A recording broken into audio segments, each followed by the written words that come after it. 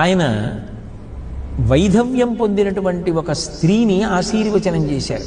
అది సౌభాగ్యప్రదంగా ఉంది. ఆవిడ ఏడ్చింది, నాకు సౌభాగ్యం ఎక్కడిది అని. నా నోటి మాట ఉత్తినే పోకూడదన్నారు.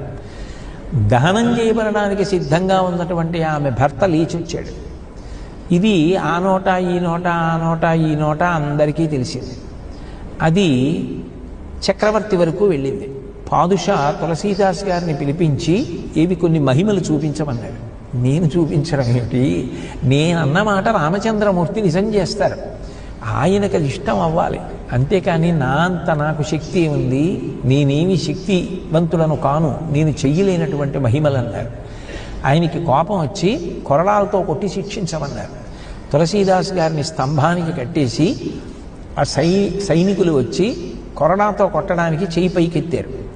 ఎత్తేటప్పటికీ ఆయన వెంటనే మనసులో భక్త సంరక్షకుడు, ఆర్తత్రాణపరాయణుడు, పిలవగానే వచ్చి పలికేటటువంటి మహానుభావుడని హనుమని మనసులో స్మరించారు. స్మరించేటప్పటికీ పెద్ద పెద్ద కోతులు ఎక్కడి నుంచి వచ్చాయో తెలియదు, అంతఃపురం అంతా నిండిపోయి ప్రతి భటుడి పక్కన 2 వానరాలు చప్పున ఉన్నాయి. అన్ని వానరాల్ని చూసి వణికిపోయారు. అప్పుడు తులసీదాస్ గారు రామచరిత ఈ హనుమాన్ చాలీసా చేశారు అని చెప్పి లోకంలో ప్రఖ్యాతి అయినటువంటి కథ ఒకటి ఉంది.